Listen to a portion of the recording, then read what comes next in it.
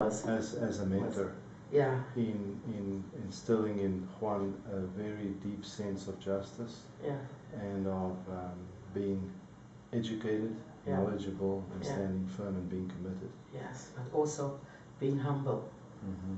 and respecting others.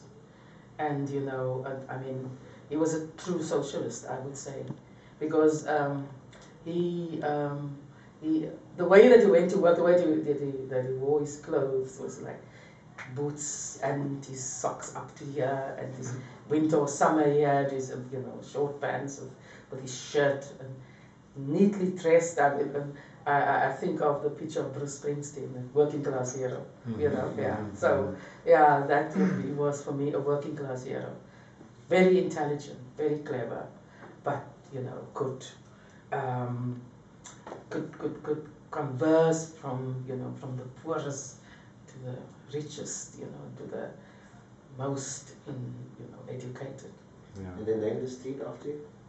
Yeah, they named the street after him. Yeah.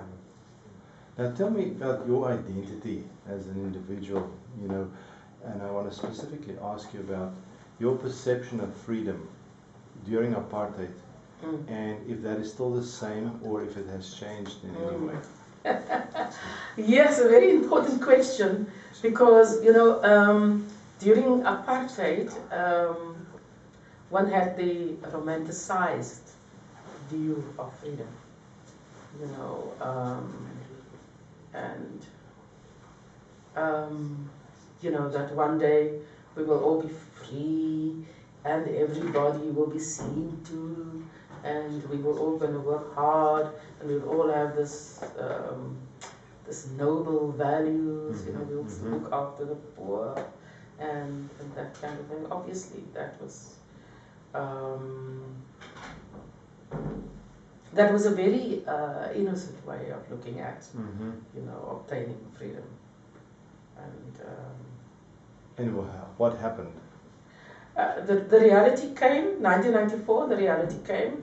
I think for a few years we were really, what is the word now? We were really in kind of a dream, But we had to turn back to reality. Yeah. We're talking about identity. If I talk about my identity, I must go back 350, 400 years. When Jan van Riebeeck landed here at the Cape in 1652.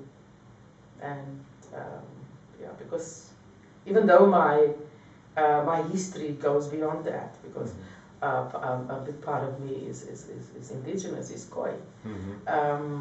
That is where history was written down from. So I look at it. I look at my disappointments today. Also my celebrations of the freedom, because I think we have come. In these 18 years, we've come a long way. Tell us about your celebrations. My celebrations is, just generally being free.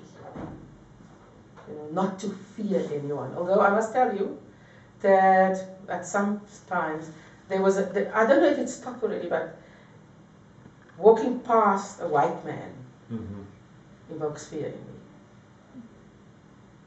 Really it does.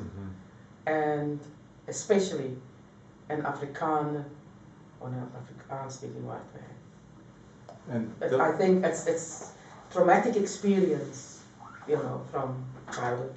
Yeah. And do you feel still some residue of that today? Yeah.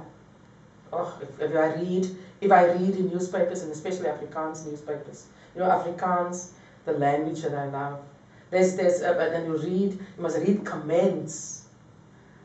I don't do it anymore. I don't read it anymore, because you shudder to think what people are still thinking, to see what people are still thinking, and I don't do it anymore. Yeah. As far as our government is concerned, there are good ones and there are bad ones in government. I'm especially disappointed in the man that is the president, you know,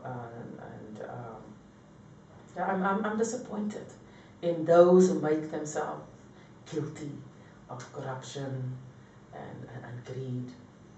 But I'm very proud of those who would, and I believe Hennie would have done it. If he had to be alive today, probably would have been in government, and he would have led in, and I want to believe that, in a just and, as I said, sort of clean way. You know, he would have put his people first, and yeah. So you feel the challenge for today is that issue of corruption, or where would you put There's that? a lot of issues. I mean, if you look at our country, yeah, corruption, crime is a challenge, and I can tell you that crime was a challenge, but crime wasn't looked at those years. During the apartheid years, there was crime, but crime wasn't crime. You know, crime happened in our area, so you know, there wasn't any fuss about it. Yeah, and I mean, the crime statistics wasn't featured the way that it is featured today. I'm very disappointed in the way in which the opposition, and especially the Democratic Alliance, has been running their campaigns. I think reconciliation in this country had no chance, or has no chance, the way the things are, because especially for the opposition, for them it's about confrontation, and especially the DA. It's about confrontation. It's about finding an opposite to, you know, to any effort that's being made by the ruling party, and I'm sympathetic to the ruling because I belong to the ANC, you know. But I'm not blind to their faults and their mistakes. And yeah, racism is a challenge. It's a challenge. You must hear colored people, so-called colored people, talk about black people. And you know, I live amongst these people. And then I believe, because I don't hear, the way black people speak about colored people, you know, it's a challenge. It's a huge challenge. I don't know if we'll ever get rid of it. Do you feel that there is some way, do you feel there is adequate